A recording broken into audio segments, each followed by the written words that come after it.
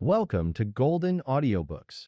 Be sure to subscribe and let us know in the comments where you're watching from and what book you'd like to hear next. Your feedback means a lot for us. The Incredulity of Father Brown by Gilbert Keith Chesterton, narrated by Andrew Hint. Chapter 3, The Oracle of the Dog. Yes, said Father Brown, I always like a dog so long as he isn't spelt backwards. Those who are quick in talking are not always quick in listening. Sometimes even their brilliancy produces a sort of stupidity. Father Brown's friend and companion was a young man with a stream of ideas and stories, an enthusiastic young man named Fines, with eager blue eyes and blonde hair that seemed to be brushed back, not merely with a hair brush but with the wind of the world as be rushed through it. But he stopped in the torrent of his talk in a momentary bewilderment before he saw the priest's very simple meaning. "You mean that people make too much of them," he said. "Well, I don't know. They're marvelous creatures. Sometimes I think they know a lot more than we do." Father Brown said nothing, but continued to stroke the head of the big retriever in a half-abstracted but apparently soothing fashion. "Why," said Fines, warming again to his monologue, "there was a dog in the case I've come to see you about, what they call the invisible murder case, you know?" The hand stroking the dog stopped for a moment in its rhythmic movement, and Father Brown said calmly, "Oh, it was a summer house, was it?" "I thought you'd read all about it in the papers," answered Fines. "Stop a minute, I believe I've got a cutting that will give you all the particulars."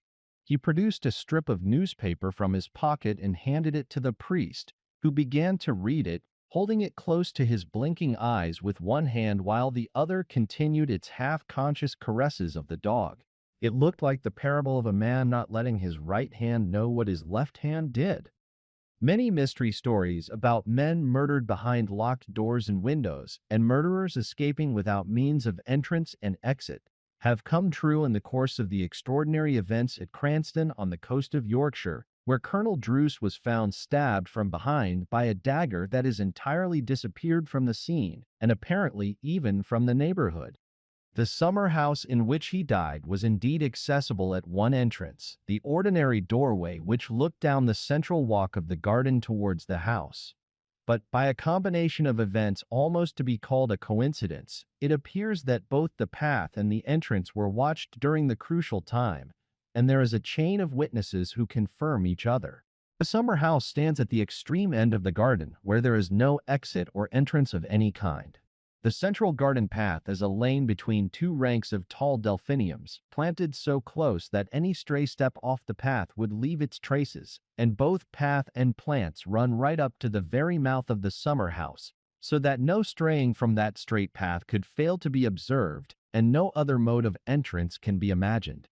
Patrick Floyd, secretary of the murdered man, testified that he had been in a position to overlook the whole garden from the time when Colonel Druce last appeared alive in the doorway to the time when he was found dead, as he, Floyd, had been on the top of a step-ladder clipping the garden hedge. Janet Druce, the dead man's daughter, confirmed this, saying that she had sat on the terrace of the house throughout that time and had seen Floyd at his work, touching some part of the time. This is again supported by Donald Druce, her brother, who overlooked the garden, standing at his bedroom window in his dressing gown, for he had risen late. Lastly, the account is consistent with that given by Dr. Valentine, a neighbor, who called for a time to talk with Miss Druce on the terrace, and by the Colonel's solicitor, Mr. Aubrey Trail, who was apparently the last to see the murdered man alive, presumably with the exception of the murderer. All are agreed that the course of events was as follows. About 3:30 in the afternoon, Miss Druce went down the path to ask her father when he would like tea, but he said he did not want any and was waiting to see Trail, his lawyer, who was to be sent to him in the summer house. The girl then came away and met Trail coming down the path. She directed him to her father, and he went in as directed. About half an hour afterwards, he came out again, the colonel coming with him to the door and showing himself to all appearance in health and even high spirits. He had been somewhat annoyed earlier in the day by his son's irregular hours, but seemed to recover his temper in a perfectly normal fashion, and had been rather markedly genial in receiving other visitors, including two of his nephews, who came over for the day. But as these were out walking during the whole period of the tragedy, they had no evidence to give. It is said indeed that the colonel was not on very good terms with Dr. Valentine, but the gentleman only had a brief interview with the daughter of the house to whom he is supposed to be paying serious attentions. Trail, the solicitor, says he left the colonel entirely alone in the summer house, and this is confirmed by Floyd's bird's eye view of the garden, which showed nobody else passing the only entrance. 10 minutes later, Miss Druce again went down the garden and had not reached the end of the path when she saw her father, who was conspicuous by his white linen coat, lying in a heap on the floor. She uttered a scream which brought others to the spot, and on entering the place they found the colonel lying dead beside his basket chair, which was also upset. Dr. Valentine, who was still in the immediate neighborhood, testified that the wound was made by some sort of stiletto entering under the shoulder blade and piercing the heart. The police have searched the neighborhood for such a weapon, but no trace of it can be found. "So Colonel Druce wore a white coat, did he?" said Father Brown as he put down the paper. "Trick he learnt in the tropics," replied Fines with some wonder. "He'd had some queer adventures there by his own account, and I fancy his dislike of Valentine was connected with the doctor coming from the tropics too. But it's all an infernal puzzle. The account there is pretty accurate. I didn't see the tragedy in the sense of the discovery. I was out walking with the young nephews and the dog I wanted to tell you about. But I saw the stage set for it as described, the straight lane between the blue flowers right up to the dark entrance, and the lawyer going down it in his blacks and his silk hat, and the red head of the secretary showing high above the green hedge as he worked on it with his shears. Nobody could have mistaken that red head at any distance, and if people say they saw it there all the time, you may be sure they did. This red-haired secretary, Floyd, is quite a character, a breathless, bounding sort of fellow, always doing everybody's work as he was doing the gardener's. I think he is an American. He certainly got the American view of life, what they call the view point, bless him." "What about the lawyer?" asked Father Brown. There was a silence, and then Fine spoke quite slowly for him. "Trail struck me as a singular man. In his fine black clothes he was almost foppish, yet you can hardly call him fashionable, for he wore a pair of long, luxuriant black whiskers, such as haven't been seen since Victorian times. He had rather a fine grave face and a fine grave manner, but every now and then he seemed to remember to smile, and when he showed his white teeth he seemed to lose a little of his dignity, and there was something faintly fawning about him. It may have been only embarrassment, for he would also fidget with his cravat and his tie-pin, which were at once handsome and unusual like himself. If I could think of anybody, but what's the good when the whole thing's impossible? Nobody knows who did it. Nobody knows how it could be done. At least there's only one exception I'd make, and that's why I really mentioned the whole thing. The dog knows." Father Brown sighed and then said absently, "You were there as a friend of young Donald, weren't you? He didn't go on your walk with you?" "No," replied Fien, smiling. "The young scoundrel had gone to bed that morning and got up that afternoon. I went with his cousins, 2 young officers from India, and our conversation was trivial enough. I remember the elder, whose name I think is Herbert Druce and who is an authority on horse breeding, talked about nothing but a mare he had bought and the moral character of the man who sold her, while his brother Harry seemed to be brooding on his bad luck at Monte Carlo. I only mention it to show you, in the light of what happened on our walk, that there was nothing psychic about us. The dog was the only mystic in our company." "What sort of a dog was he?" asked the priest. "Same breed as that one," answered Fines.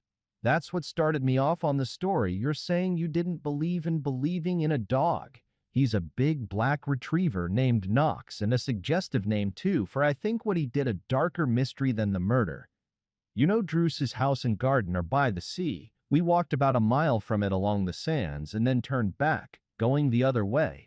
We passed a rather curious rock called the Rock of Fortune, famous in the neighborhood because it's one of those examples of one stone barely balanced on another so that a touch would knock it over.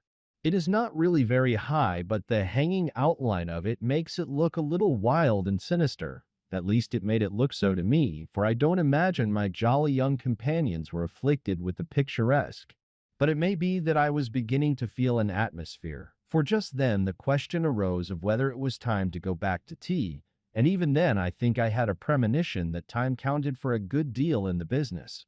Neither Herbert Druce nor I had a watch, so we called out to his brother, who was some paces behind, having stopped to light his pipe under the hedge. Hence it happened that he shouted out the hour, which was 4:20, in his big voice through the growing twilight, and somehow the loudness of it made it sound like the proclamation of something tremendous. His unconsciousness seemed to make it all the more so, but that was always the way with omens, and particular ticks of the clock were really very ominous things that afternoon. According to Dr. Valentine's testimony, poor Druce had actually died just about 4:30. Well, they said we needn't go home for 10 minutes, and we walked a little farther along the sands, doing nothing in particular, throwing stones for the dog and throwing sticks into the sea for him to swim after.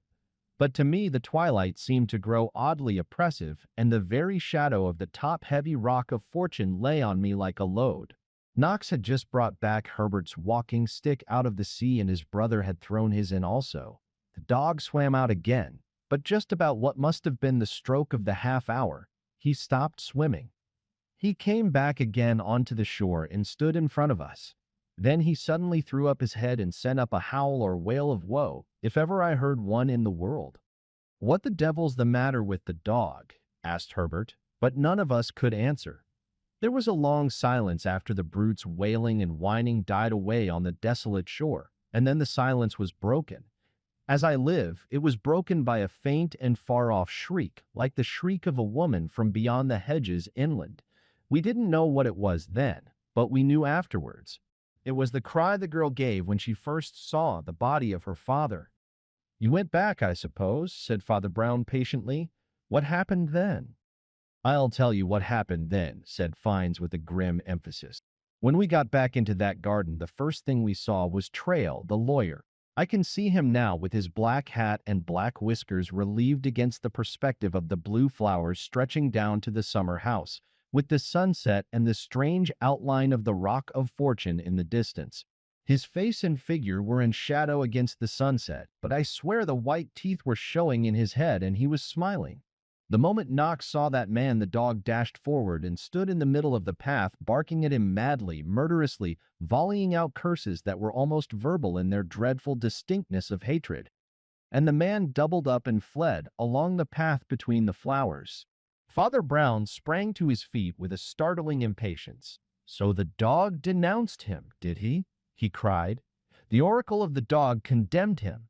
Did you see what birds were flying, and are you sure whether they were on the right hand or the left? Did you consult the augurs about the sacrifices? Surely you didn't omit to cut open the dog and examine his entrails. That is the sort of scientific test you heathen humanitarians seem to trust when you are thinking of taking away the life and honor of a man." Fine sat gaping for an instant before he found breath to say, "Why, what's the matter with you? What have I done now?" A sort of anxiety came back into the priest's eyes, the anxiety of a man who has run against a post in the dark and wonders for a moment whether he has heard it.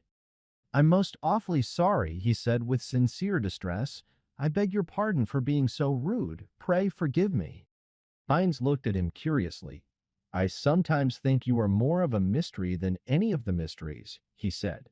"But anyhow, if you don't believe in the mystery of the dog, at least you can't get over the mystery of the man. You can't deny that at the very moment when the beast came back from the sea and bellowed, his master's soul was driven out of his body by the blow of some unseen power that no mortal man can trace or even imagine. And as for the lawyer, I don't go only by the dog. There are other curious details, too. He struck me as a smooth, smiling, equivocal sort, and one of his tricks seemed like a sort of hint. You know, the doctor and the police were on the spot very quickly. Valentine was brought back when walking away from the house, and he telephoned instantly. That, with the secluded house, small numbers, and enclosed space, made it pretty possible to search everybody who could have been near, and everybody was thoroughly searched for a weapon. The whole house, garden, and shore were combed for a weapon. The disappearance of the dagger is almost as crazy as the disappearance of the man." "The disappearance of the dagger," said Father Brown, nodding. He seemed to have become suddenly attentive. Well, continued Fines, I told you that man Trail had a trick of fidgeting with his tie and tie pin, especially his tie pin. His pin, like himself, was at once showy and old-fashioned. It had one of those stones with concentric colored rings that look like an eye, and his own concentration on it got on my nerves, as if he had been a cyclops with one eye in the middle of his body. But the pin was not only large but long, and it occurred to me that his anxiety about its adjustment was because it was even longer than it looked, as long as a stiletto, in fact. Father Brown nodded thoughtfully. Was any other instrument ever suggested? He asked. There was another suggestion, answered Fines, from one of the young Druces, the cousins, I mean. Neither Herbert nor Harry Druce would have struck one at first as likely to be of assistance in scientific detection, but while Herbert was really the traditional type of heavy dragoon, caring for nothing but horses and being an ornament to the horse guards, his younger brother Harry had been in the Indian police and knew something about such things. Indeed, in his own way he was quite clever, and I rather fancy he had been too clever. I mean, he had left the police through breaking some red tape regulations and taking some sort of risk and responsibility of his own. Anyhow, he was in some sense a detective out of work, and threw himself into this business with more than the ardor of an amateur. And it was with him that I had an argument about the weapon, an argument that led to something new. It began by his countering my description of the dog barking at Trail, and he said that a dog at his worst didn't bark, but growled. He was quite right there, observed the priest. This young fellow went on to say that, if it came to that, he'd heard Knox growling at other people before then, and among others at Floyd, the secretary. I retorted that his own argument answered itself, for the crime couldn't be brought home to 2 or 3 people, and least of all to Floyd, who was as innocent as a harum-scarum schoolboy, and had been seen by everybody all the time perched above the garden hedge with his fan of red hair as conspicuous as a scarlet cockatoo. I know there's difficulties anyhow, said my colleague, but I wish you'd come with me down the garden a minute. I want to show you something I don't think anyone else has seen. This was on the very day of the discovery, and the garden was just as it had been. The step-ladder was still standing by the hedge, and just under the hedge my guide stopped and disentangled something from the deep grass. It was the shears used for clipping the hedge, and on the point of one of them was a smear of blood. There was a short silence, and then Father Brown said suddenly, "What was the lawyer there for?" "He told us the colonel sent for him to alter his will," answered Fines. "And by the way, there was another thing about the business of the will that I ought to mention. You see, the will wasn't actually signed in the summer house that afternoon." "I suppose not," said Father Brown. "There would have to be 2 witnesses. The lawyer actually came down the day before, and it was signed then, but he was sent for again next day because the old man had a doubt about one of the witnesses and had to be reassured." "Who were the witnesses?" asked Father Brown. "That's just the point," replied his informant eagerly. "The witnesses were Floyd, the secretary, and this Dr. Valentine, the foreign sort of surgeon or whatever he is, and the 2 had a quarrel. Now, I'm bound to say that the secretary is something of a busybody. He's one of those hot and headlong people whose warmth of temperament has unfortunately turned mostly to pugnacity and bristling suspicion, to distrusting people instead of to trusting them. That sort of red-haired, red-hot fellow is always either universally credulous or universally incredulous, and sometimes both. He was not only a jack of all trades, but he knew better than all tradesmen. He not only knew everything, but he warned everybody against everybody. All that must be taken into account in his suspicions about Valentine, but in that particular case there seems to have been something behind it. He said the name of Valentine was not really Valentine. He said he had seen him elsewhere known by the name of de Villon. He said it would invalidate the will. Of course, he was kind enough to explain to the lawyer what the law was on that point. They were both in a frightful wax. Father Brown laughed. "People often are when they are to witness a will," he said. "For one thing, it means that they can't have any legacy under. But what did Dr. Valentine say? No doubt the Universal Secretary knew more about the doctor's name than the doctor did, but even the doctor might have some information about his own name." Fines paused a moment before he replied.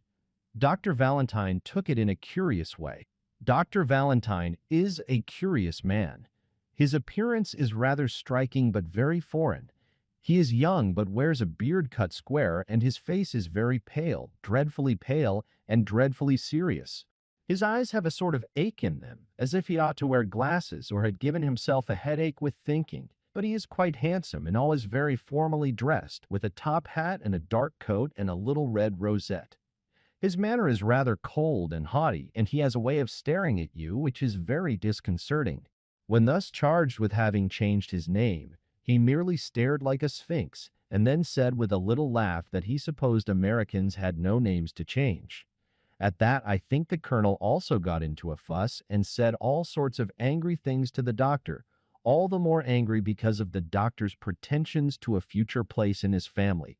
But I shouldn't have thought much of that but for a few words that I happened to hear later, early in the afternoon of the tragedy. I don't want to make a lot of them, for they weren't the sort of words on which one would like, in the ordinary way, to play the eavesdropper. As I was passing out towards the front gate with my two companions and the dog, I heard voices which told me that Dr. Valentine and Miss Druce had withdrawn for a moment in the shadow of the house, in an angle behind a row of flowering plants, and were talking to each other in passionate whisperings, sometimes almost like hissings, for it was something of a lover's quarrel as well as a lover's tryst. Nobody repeats the sort of things they said for the most part, but in an unfortunate business like this, I'm bound to say that there was repeated more than once a phrase about killing somebody. In fact, the girl seemed to be begging him not to kill somebody, or saying that no provocation could justify killing anybody, which seems an unusual sort of talk to address to a gentleman who has dropped in to tea. "Do you know," asked the priest, "whether Dr. Valentine seemed to be very angry after the scene with the secretary and the colonel, I mean about witnessing the will?" "By all accounts," replied the other, "he wasn't half so angry as the secretary was. It was the secretary who went away raging after witnessing the will." "And now," said Father Brown, "what about the will itself?" "The colonel was a very wealthy man, and his will was important. Trail wouldn't tell us the alteration at that stage, but I have since heard, only this morning in fact, that most of the money was transferred from the son to the daughter. I told you that Druce was wild with my friend Donald over his dissipated hours. The question of motive has been rather overshadowed by the question of method," observed Father Brown thoughtfully. "At that moment, apparently, Miss Druce was the immediate gainer by the death." "Good God! What a cold-blooded way of talking!" cried Fines, staring at him. "You don't really mean to hint that she—" "Is she going to marry that Dr. Valentine?" asked the other. "Some people are against it," answered his friend, "but he is liked and respected in the place, and is a skilled and devoted surgeon." "So devoted a surgeon," said Father Brown, "that he had surgical instruments with him when he went to call on the young lady at tea-time, for he must have used a lancet or something, and he never seems to have gone home." Fines sprang to his feet and looked at him in a heat of inquiry. "You suggest he might have used the very same lancet?" Father Brown shook his head. "All these suggestions are fancies just now," he said.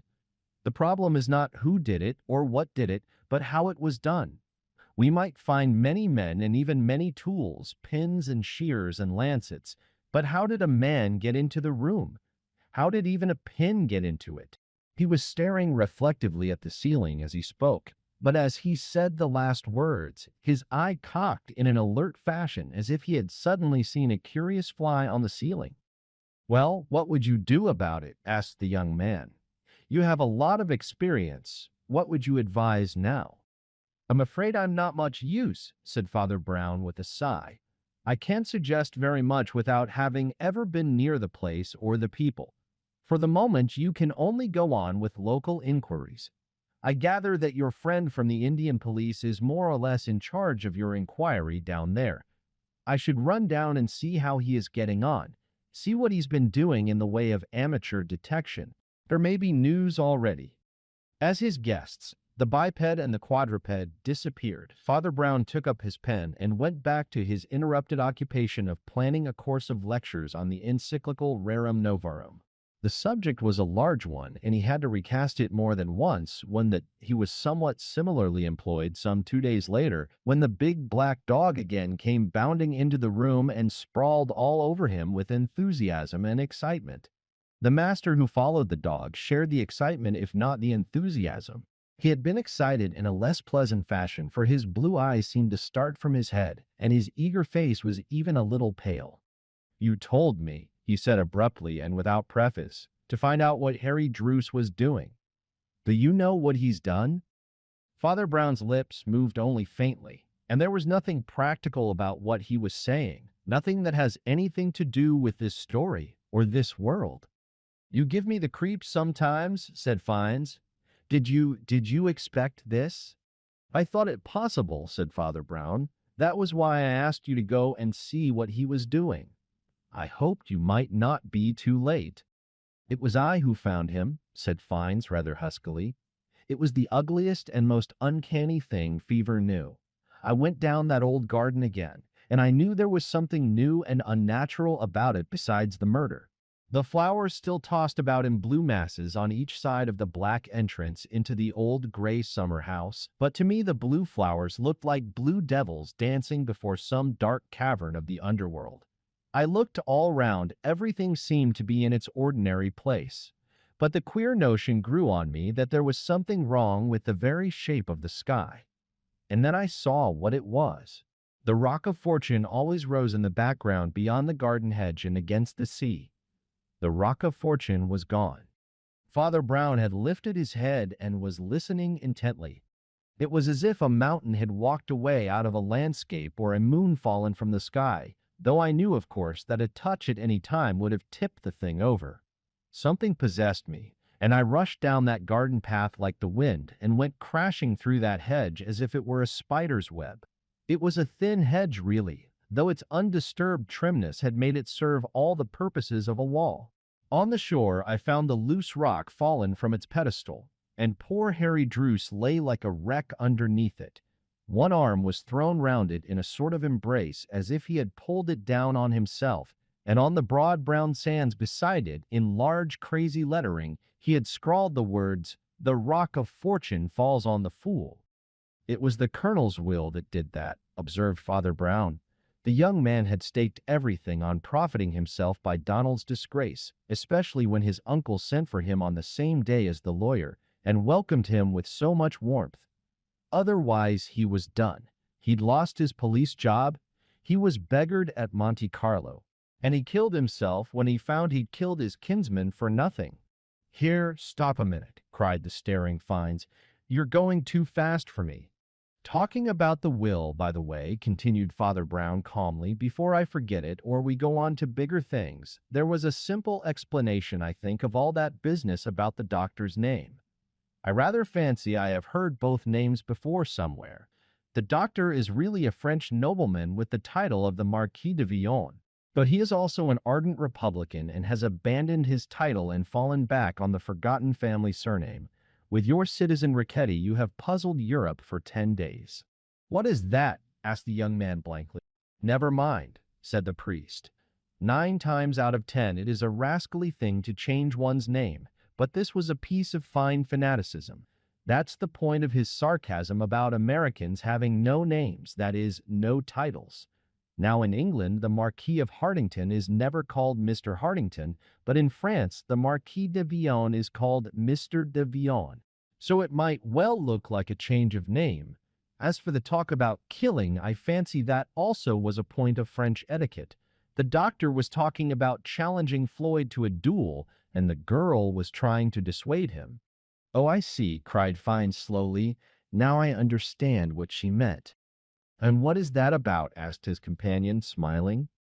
"Well," said the young man, "it was something that happened to me just before I found that poor fellow's body, only the catastrophe drove it out of my head. I suppose it's hard to remember a little romantic idyll when you've just come on top of a tragedy. But as I went down the lanes leading to the Colonel's old place, I met his daughter walking with Dr. Valentine. She was in mourning, of course, and he always wore black as if he were going to a funeral, but I can't say that their faces were very funereal. Never have I seen two people looking in their own way more respectably radiant and cheerful.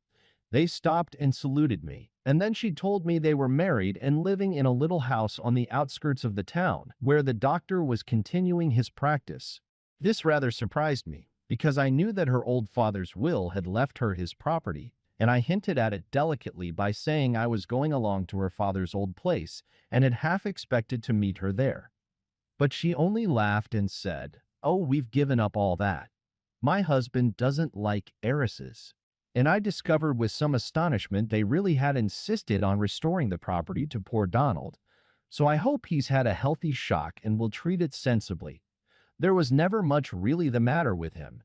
He was very young and his father was not very wise. But it was in connection with that she said something I didn't understand at the time. But now I'm sure it must be as you say, she said with a sort of sudden and splendid arrogance that was entirely altruistic. I hope it'll stop that red-haired fool from fussing any more about the will. Does he think my husband, who has given up a crest and a coronet as old as the Crusades for his principles, would kill an old man in a summer house for a legacy like that?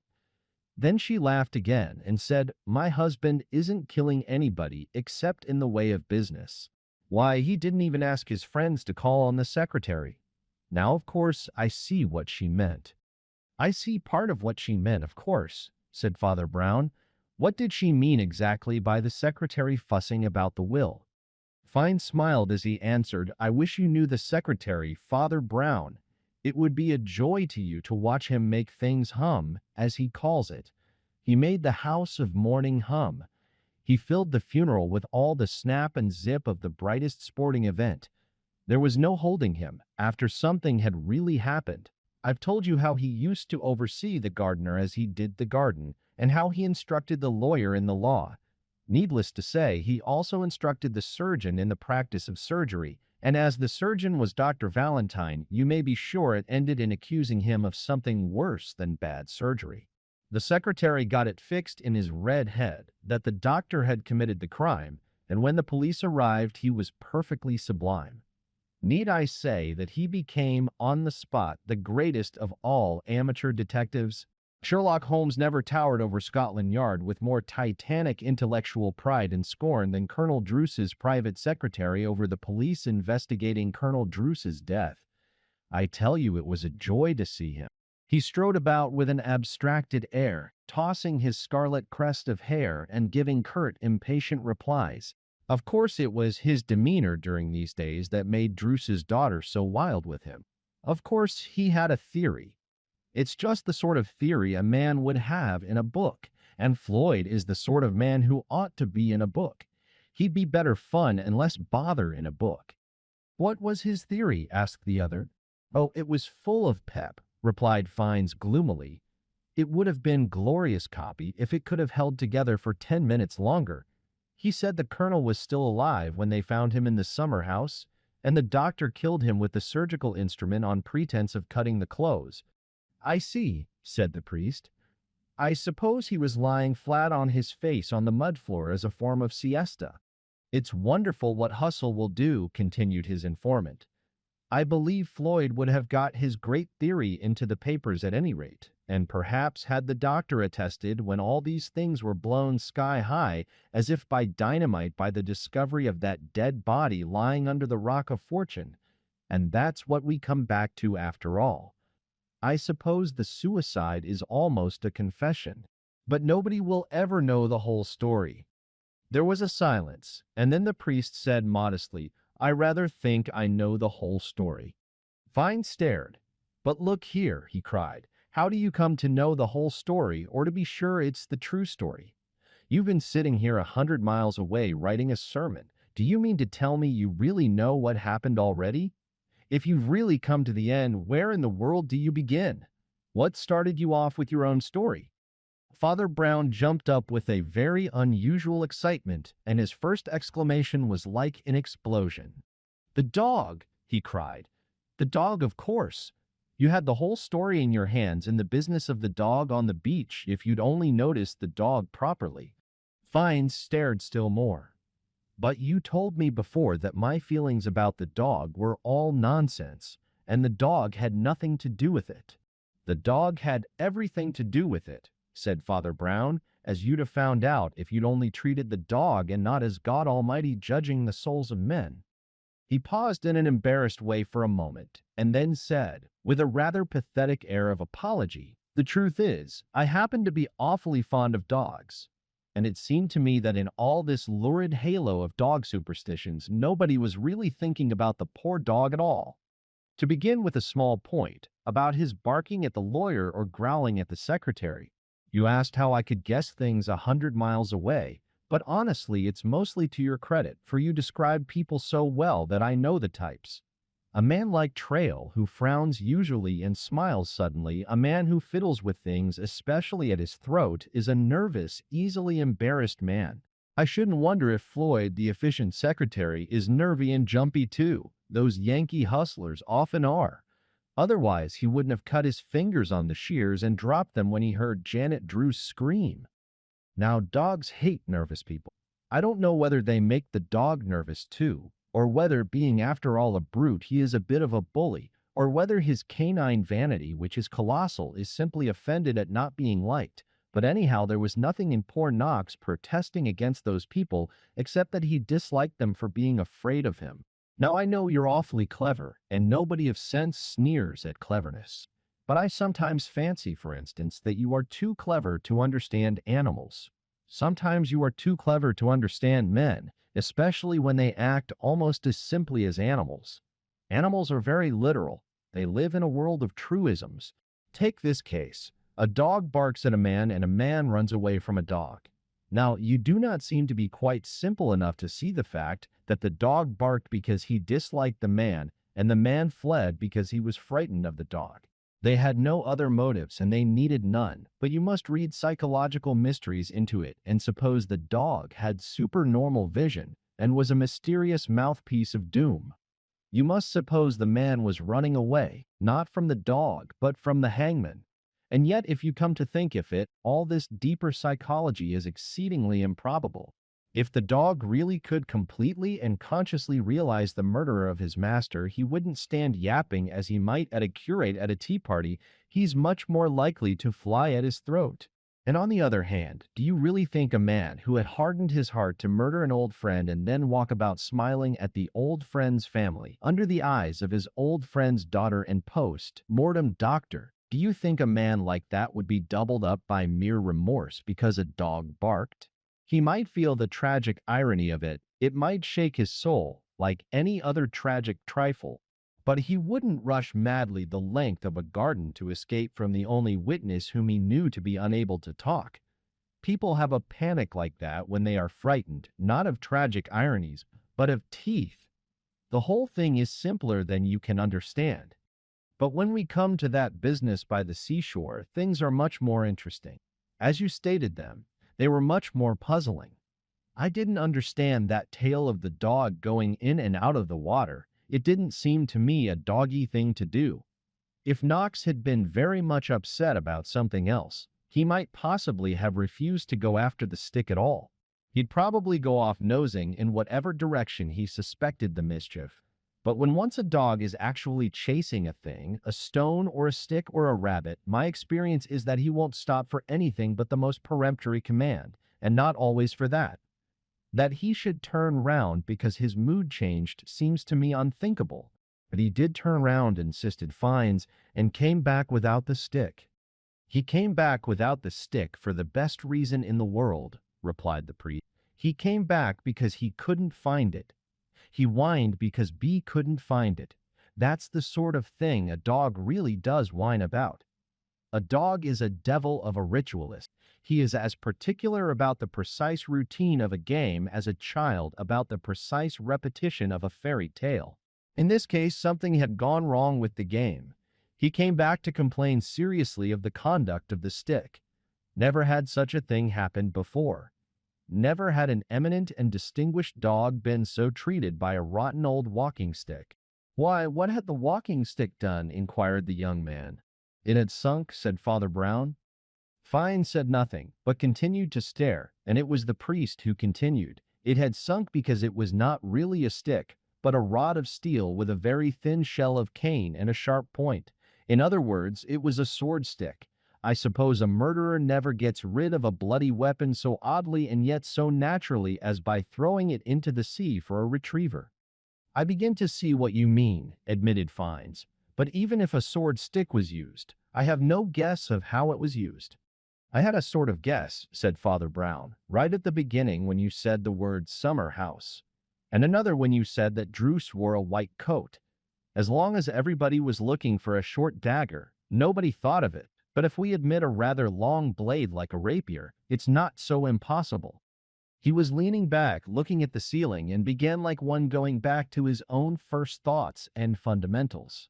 All that discussion about detective stories like The Yellow Room, about a man found dead in sealed chambers which no one could enter, does not apply to the present case because it is a summer house. When we talk of a yellow room or any room, we imply walls that are really homogeneous and impenetrable. But a summer house is not made like that. It is often made, as it was in this case, of closely interlaced but separate boughs and strips of wood in which there are chinks here and there. There was one of them just behind Druce's back as he sat in his chair up against the wall. But just as the room was a summer house, so the chair was a basket chair.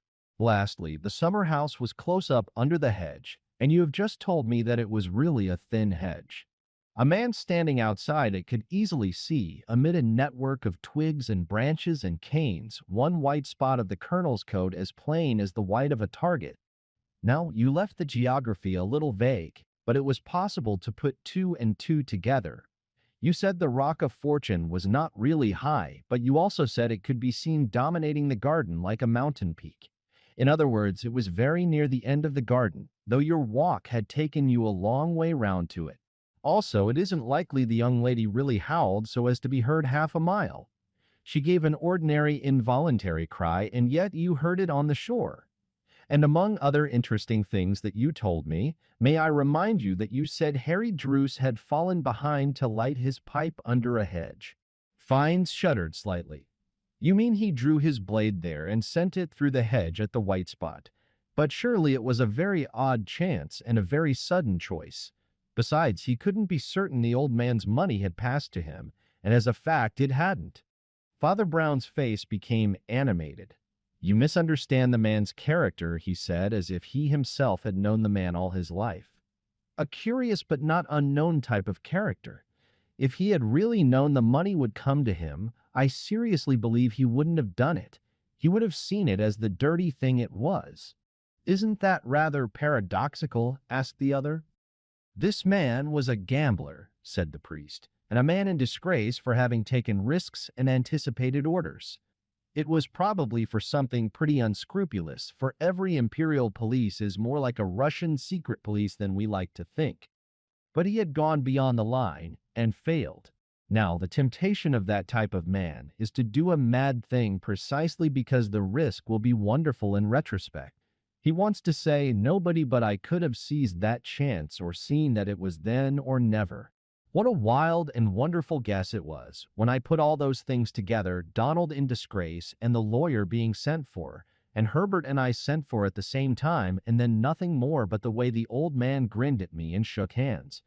Anybody would say I was mad to risk it, but that is how fortunes are made, by the man mad enough to have a little foresight. In short, it is the vanity of guessing. It is the megalomania of the gambler. The more incongruous the coincidence, the more instantaneous the decision, the more likely he is to snatch the chance. The accident, the very triviality of the white speck and the hole in the hedge intoxicated him like a vision of the world's desire. Nobody clever enough to see such a combination of accidents could be cowardly enough not to use them. That is how the devil talks to the gambler. But the devil himself would hardly have induced that unhappy man to go down in a dull, deliberate way and kill an old uncle from whom he'd always had expectations. It would be too respectable. He paused a moment and then went on with a certain quiet emphasis. And now try to call up the scene, even as you saw it yourself. As he stood there, dizzy with his diabolical opportunity, he looked up and saw that strange outline that might have been the image of his own tottering soul. The one great crag poised perilously on the other like a pyramid on its point, and remembered that it was called the Rock of Fortune. Can you guess how such a man at such a moment would read such a signal? I think it strung him up to action and even to vigilance. He who would be a tower must not fear to be a toppling tower. Anyhow, he acted. His next difficulty was to cover his tracks. To be found with a sword stick, let alone a blood-stained sword stick, would be fatal in the search that was certain to follow. If he left it anywhere, it would be found and probably traced. Even if he threw it into the sea, the action might be noticed and thought noticeable, unless indeed he could think of some more natural way of covering the action. As you know, he did think of one, and a very good one. Being the only one of you with a watch, he told you it was not yet time to return, strolled a little farther, and started the game of throwing in sticks for the retriever. But how his eyes must have rolled darkly over all that desolate sea shore before they alighted on the dog. Fines nodded, gazing thoughtfully into space. His mind seemed to have drifted back to a less practical part of the narrative. "It's queer," he said, "that the dog really was in the story after all." "The dog could almost have told you the story if he could talk," said the priest.